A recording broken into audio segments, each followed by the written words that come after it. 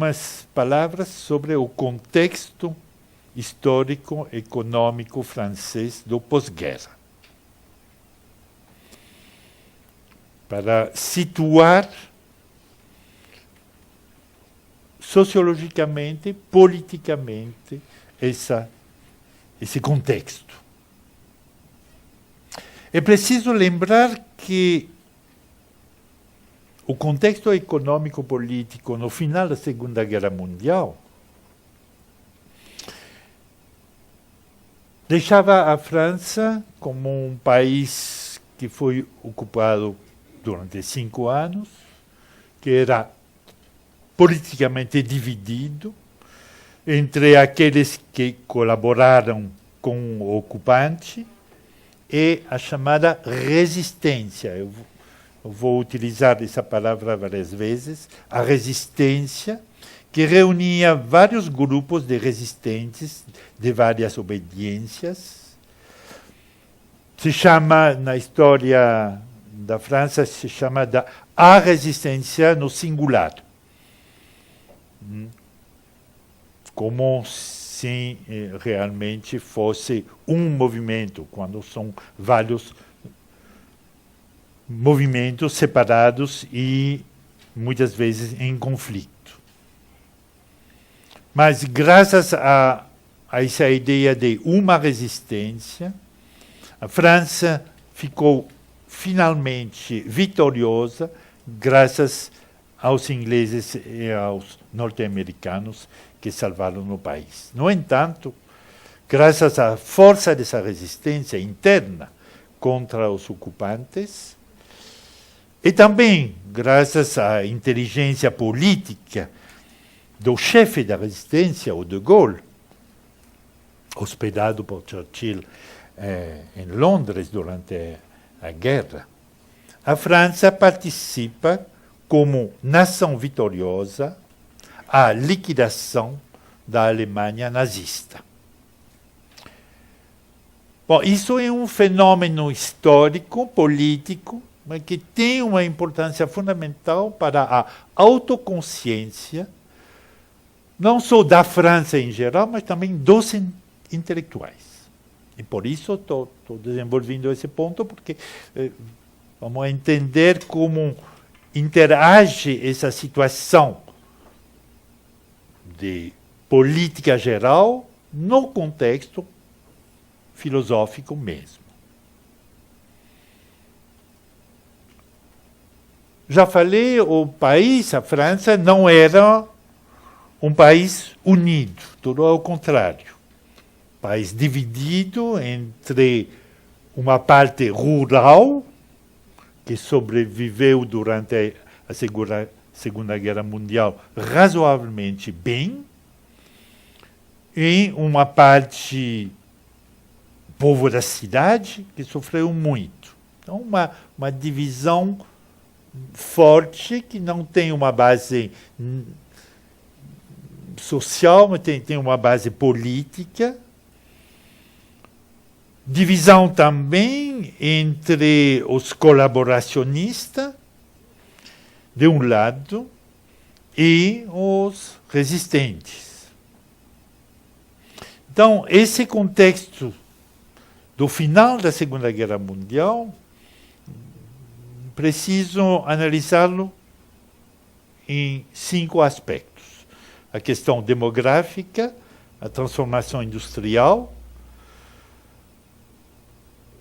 a questão verdadeiramente, para mim, mais fundamental, que é a importância que ganha o Estado, a questão do Estado, do poder do Estado,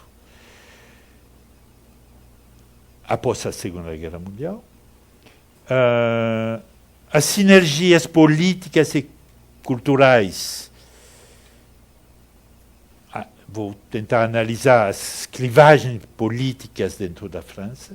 E, finalmente, quinto ponto, o desenvolvimento das mídias e da cultura de massa, a questão da política cultural nessa época. Então, começamos pelo primeiro ponto, a transformação demográfica. Bom, eu vou analisar muito rapidamente esse aspecto, mas é importante lembrar que a França, até a Segunda Guerra Mundial, a França era quase a 50%, 47% rural. Era um país rural. –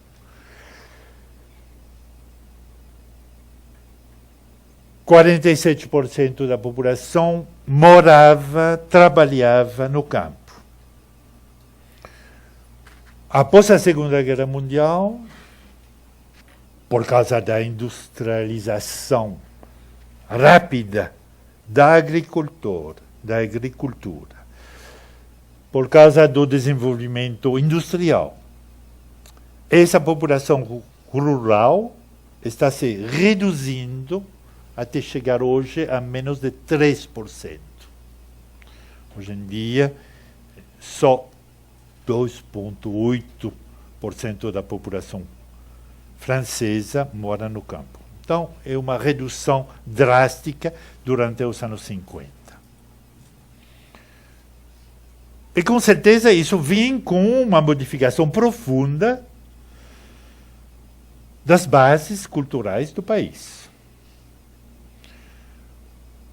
A onipotência da Igreja Católica desaparece, pouco a pouco. Um afastamento da posição ideológica e política do catolicismo na França. Conjuntamente com esse fenômeno, tem uma nova imigração. Uma nova imigração de trabalhadores que vêm para aproveitar do boom econômico do período, vêm de toda a Europa. Italianos, polacos, espanhóis, portugueses. E depois, após o fim da guerra na Argélia, muitos trabalhadores vêm da Argélia e das antigas colônias da África. Com tudo isso, obviamente, tem uma transformação radical da cidade e do urbanismo, né? Com essa concentração da população na cidade, tem um boom da arquitetura, boom quantitativo, é óbvio, e não qualitativo, e os anos 50 e 60 foram realmente uma catástrofe em termos de urbanismo, mas um crescimento enorme. E, portanto, uma remodelação do espaço nacional. Remodelação que vem com o desenvolvimento das comunicações, em particular as autopistas e o trem. Até hoje, a partir dos anos 80, o trem de grande velocidade. Bom, essa transformação demográfica tem consequências culturais com uma nova mistura de culturas. A cultura nacional vira uma aglomeração de várias culturas. Mas o fenômeno mais importante é a reorganização industrial do país durante esses 30 anos. Os economistas suelen chamar esse período as 30 gloriosas. 1945 até 1973, eles chamam as 30 gloriosas, um período durante o qual o crescimento anual médio do PIB foi de 5,1 por ano. durante 30 anos. Então, é um crescimento enorme em comparação com o que temos hoje, com certos anos, um crescimento de 7,9%. São coisas que realmente transformaram a fisionomia industrial do país. Esse desenvolvimento era liderado pelos setores da indústria pesada. A aeronáutica, os trens, automóveis, siderurgia, claro, carvão, química. E pela própria natureza desse tipo de desenvolvimento industrial, ligado, obviamente, à reconstrução de um país largamente destruído, tanto pelos alemães durante a guerra, como pelos americanos, né, quando desembarcaram para liberar o país, destruíram várias cidades. Esse crescimento industrial das 30 gloriosas significa um desenvolvimento com o poder, a afirmação, vou detalhar um pouco esse fenômeno, que me parece importante, com o poder do Estado. O contexto da Guerra Fria entre a União Soviética e a Aliança Ocidental, NATO, cria uma situação sui generis na França. A Guerra Fria tem consequências específicas no nosso país. Por causa da posição do Partido Comunista, que vai ter uma influência fundamental nos anos 50, 60. Vocês lembram que em 1939 o Stalin fez um acordo com Hitler, o chamado Pacto Germano-Soviético, o Pacto Molotov-Ribbentrop, em 1939. E isso foi ressentido na população europeia em geral e francesa em particular como uma traição do Partido Comunista com respeito à nação francesa em guerra. Mas, a partir de 1940, e durante toda a Segunda Guerra Mundial, apesar desse pacto da União Soviética, o Partido Comunista francês se comprometeu com a resistência e foi talvez um dos maiores partidos de resistência durante a Segunda Guerra Mundial. De tal maneira que, apesar dessa traição ao começo da guerra, no final da Segunda Guerra Mundial, o Partido Comunista apareceu como um dos líderes da resistência patriótica. E isso é um fato fundamental porque permite entender como, durante o pós-guerra, o Partido Comunista entrou realmente em coalição com o gaullismo, a política do presidente de Gaulle, que era o presidente do Conselho após a guerra. Talvez vou fazer uma pequena interrupção. Podemos fazer? Para descansar pouquinho, antes de 10 minutos.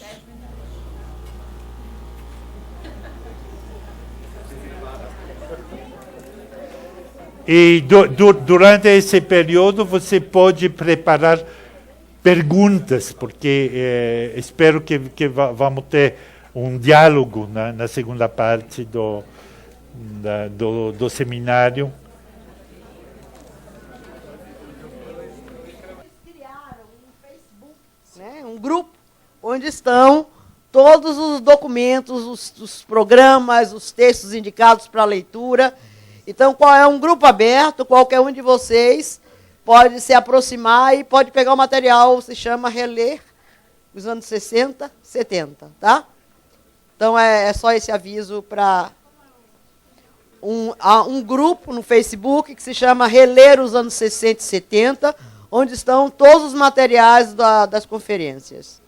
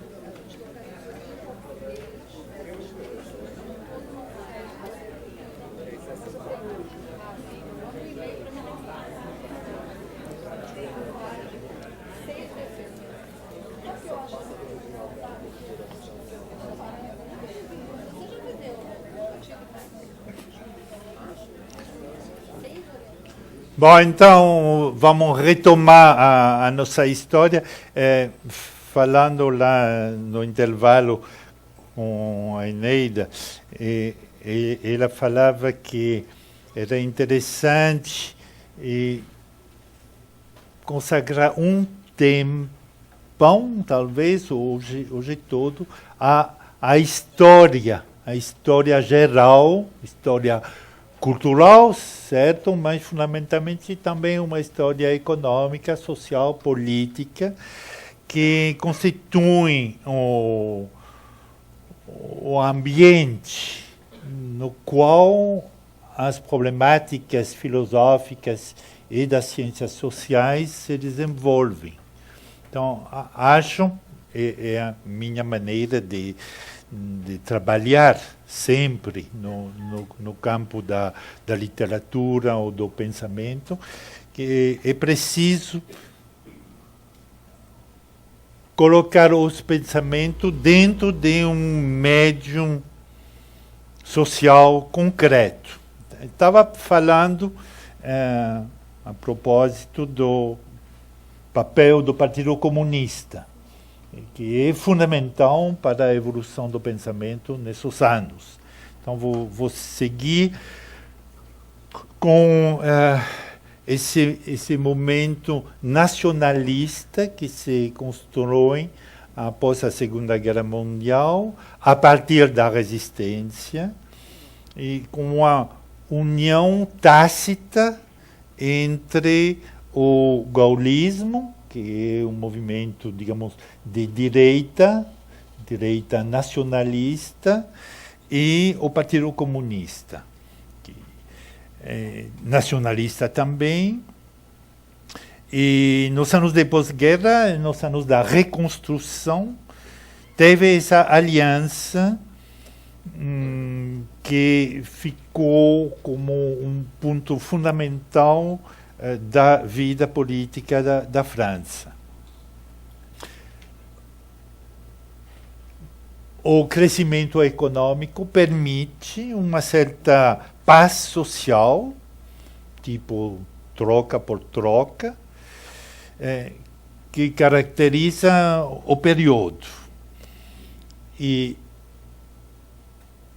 esse fenômeno assegura um poder político, mas também simbólico, muito forte ao Partido Comunista sobre toda a esquerda francesa.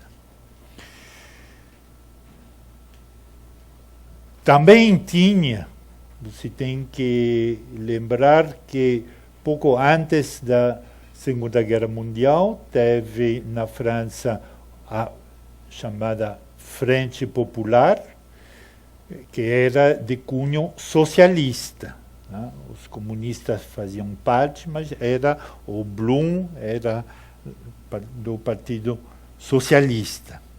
Após a Segunda Guerra Mundial, os socialistas estão no poder, mas eles têm que lidar com um fenômeno muito difícil que foram as guerras coloniais.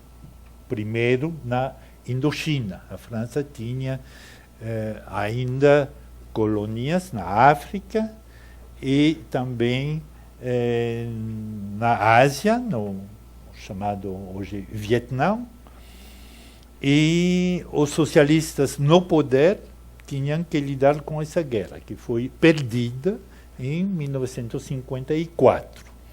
A Batalha de Dien Bien Phu, em 1954, significa o fim da política colonial da França, colonial no sentido forte da palavra, porque Argélia era um departamento francês, era integrado ao país, quando o Vietnã era um mandato político colonial. Então, os socialistas no poder, no final dos anos 40 e 50, tiveram que resolver esse problema. E finalmente, foi o fim da presença francesa na Ásia e o começo da guerra americana do Vietnã. Fim da guerra da Indochina, como se chamava na França, guerra colonial da Indochina, e começo da guerra norte-americana no Vietnã, que terminou em 76. Então, nesse momento, começa o fim do poder colonial francês. Depois, a partir de 56, tem a guerra. Bom, não se chamava guerra, mas se chamava eventos na Argélia, que terminaram em 1961 e com os acordos de Evian em 1962. São datas fundamentais, como já mencionei no começo, para entender essa transformação da autoconsciência da França colonial e também o começo do fim dessa posição transcendente da autoconsciência racionalista europeia. Voltamos à situação política na França e ao poder do Partido Comunista, poder simbólico, sobre a esquerda nacional. O Partido Comunista Francês tem uma relação particularmente estreita com a União Soviética. Em comparação com outros partidos comunistas europeus, o maior deles sendo o Partido Italiano, mas que tinha uma autonomia muito mais grande, quando o Partido Comunista Francês era muito ligado à União Soviética, era um partido stalinista, e hoje em dia não se pode imaginar reli recentemente um número de uma revista intelectual do Partido Comunista, La Nouvelle Critique, a Nova Crítica, que saiu para a morte do Stalin. É incrível ver quantos intelectuais potentes, de envergadura intelectual, ficavam realmente sob o fascínio para Stalin. Então, temos realmente que ter consciência forte disso para entender. E não só os membros do Partido Comunista, mas também uma boa parte da inteligência francesa, na época, era simbolicamente muito perto do Partido Comunista e também do marxismo. Não se trata de dizer que o marxismo e o Partido Comunista é a mesma coisa. Para nada. Mas o marxismo era, na época, como a base intelectual para uma grande parte para a quase totalidade da esquerda. Tem uma famosa frase do Jean-Paul Sartre, que não era realmente marxista, era existencialista, vamos falar dele a próxima vez, mas ele dizia o marxismo, a filosofia incontornável do século XX. Então, isso já dá um pouco o ambiente intelectual desse período.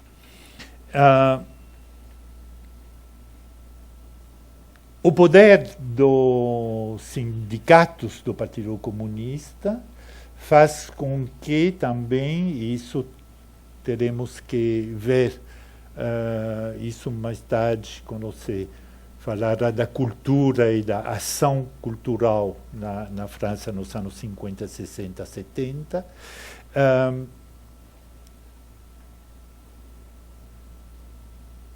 Havia uma promoção da cultura muito forte por parte do Partido Comunista. Talvez vocês se lembram de uma figura do teatro tão importante como o Jean Vilar. O Jean Vilar criou o Festival de Teatro de Avignon, que hoje em dia ainda está um dos festivais mais importantes do teatro. Foi criado por Jean Vilar. Isso dentro de uma concepção da democratização cultural que apoiava o Partido Comunista, quer dizer que nos teatros do Jean Vilar, Teatro Nacional Popular, como se chamava, Teatro Nacional Popular, os operários eram a maioria do público.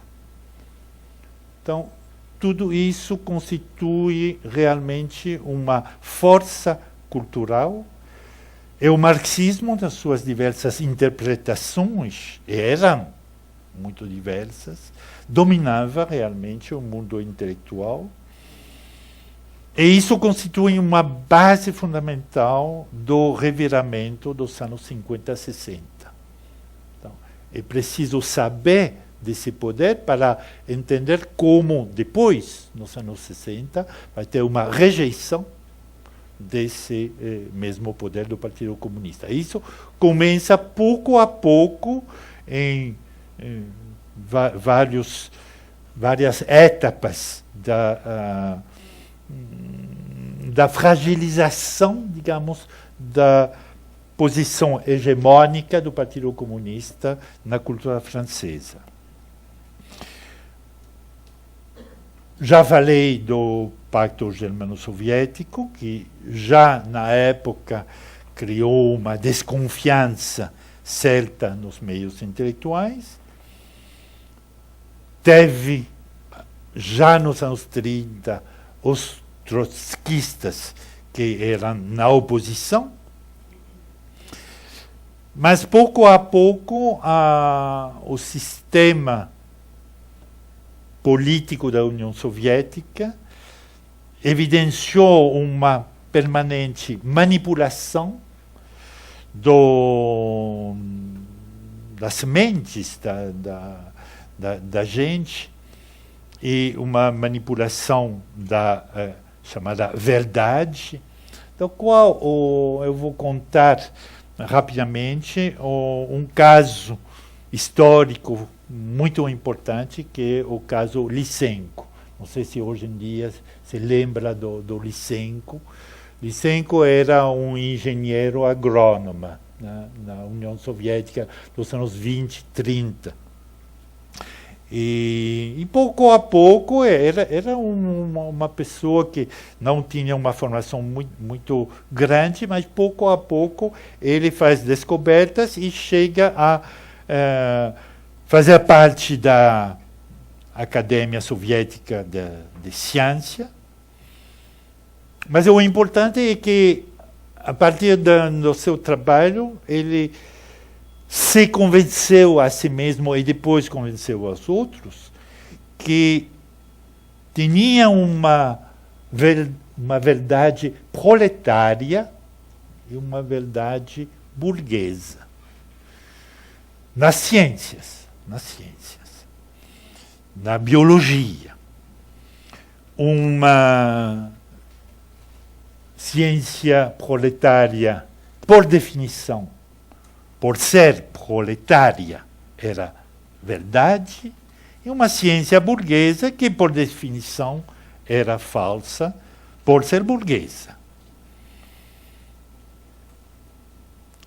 E essa absurdez chegou a um ponto em que vários membros do Partido Comunista, estou lembrando em particular de um cientista francês muito importante que, muito depois, ganhou o prêmio Nobel em biologia, o Jacques Monod. O Jacques Monod era membro do Partido Comunista e saiu do Partido Comunista em 1946, porque não entendia como essa manipulação da gente era possível dentro do partido do qual ele mesmo era membro. Então saiu. E isso é só um signo desse afastamento, dessa fragilização da posição do Partido Comunista na inteligência francesa. A partir do caso Lysenko, a questão da manipulação das consciências vai ficar no centro das preocupações filosóficas e sociais até os anos 70. E veremos mais para frente como essa desconfiança com respeito à União Soviética, de um lado, ao Partido Comunista, do outro lado, encontrava na realidade o seu contraponto, de uma certa maneira, que estava vendo dos Estados Unidos e da manipulação através das mídias. Então, tem esse momento onde